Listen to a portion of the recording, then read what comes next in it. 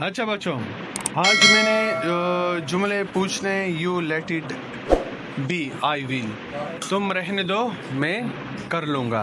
ठीक है, अक्सर जो है हम घर में कह देते हैं कि तुम रहने दो मैं साफ़ कर लूँगा, तुम रहने दो मैं कपड़े धो लूँगा, तुम रहने दो मैं बाज़ार चला जाऊँगा।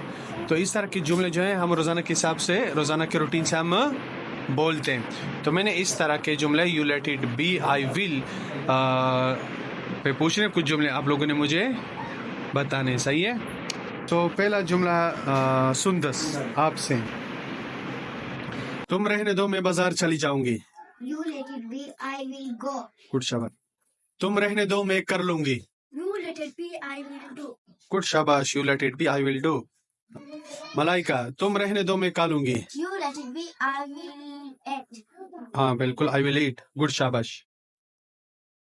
मामून, तुम रहने दो मैं धो लूंगा। You let it be, I will wash. Sundas, तुम रहने दो मैं साफ कर लूंगा। You let it be, I will clean. Good शाबाश।